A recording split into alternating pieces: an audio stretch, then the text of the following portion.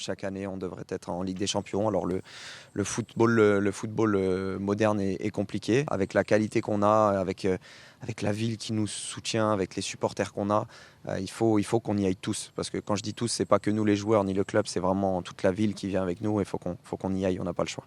Et alors, c'est vrai qu'on allait regarder, finalement, sur les dernières saisons, Loïc, même moi, ça m'a surpris, et les présences et les résultats de l'OM en Ligue des Champions sur les dernières saisons. Ouais, les présences, il n'y en a pas énormément. Si tu prends les 5 dernières saisons, 2 apparitions donc en Champions League en 2021, enfin 2020-2021 et 2022-2023, pour des résultats qui sont quand même pas fifous, parce qu'il y a 2 phases de poule qui n'ont pas été franchies. C'est un bilan de 3 victoires pour 9 défaites. La dernière fois que Marseille a passé la phase de poule, c'était en 2011-2012, donc ça remonte aussi.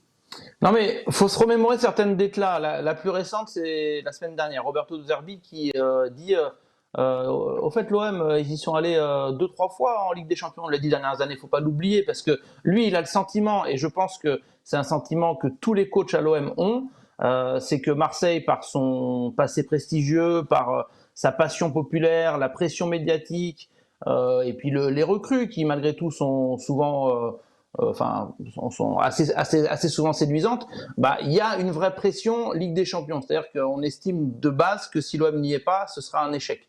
Je crois honnêtement que, allez, si on prend un tableau des 10 dernières années, j'estime que ce serait l'échec le plus important et surtout qui aurait le plus de conséquences si l'OM n'y était pas cette saison par rapport à l'investissement de cet été.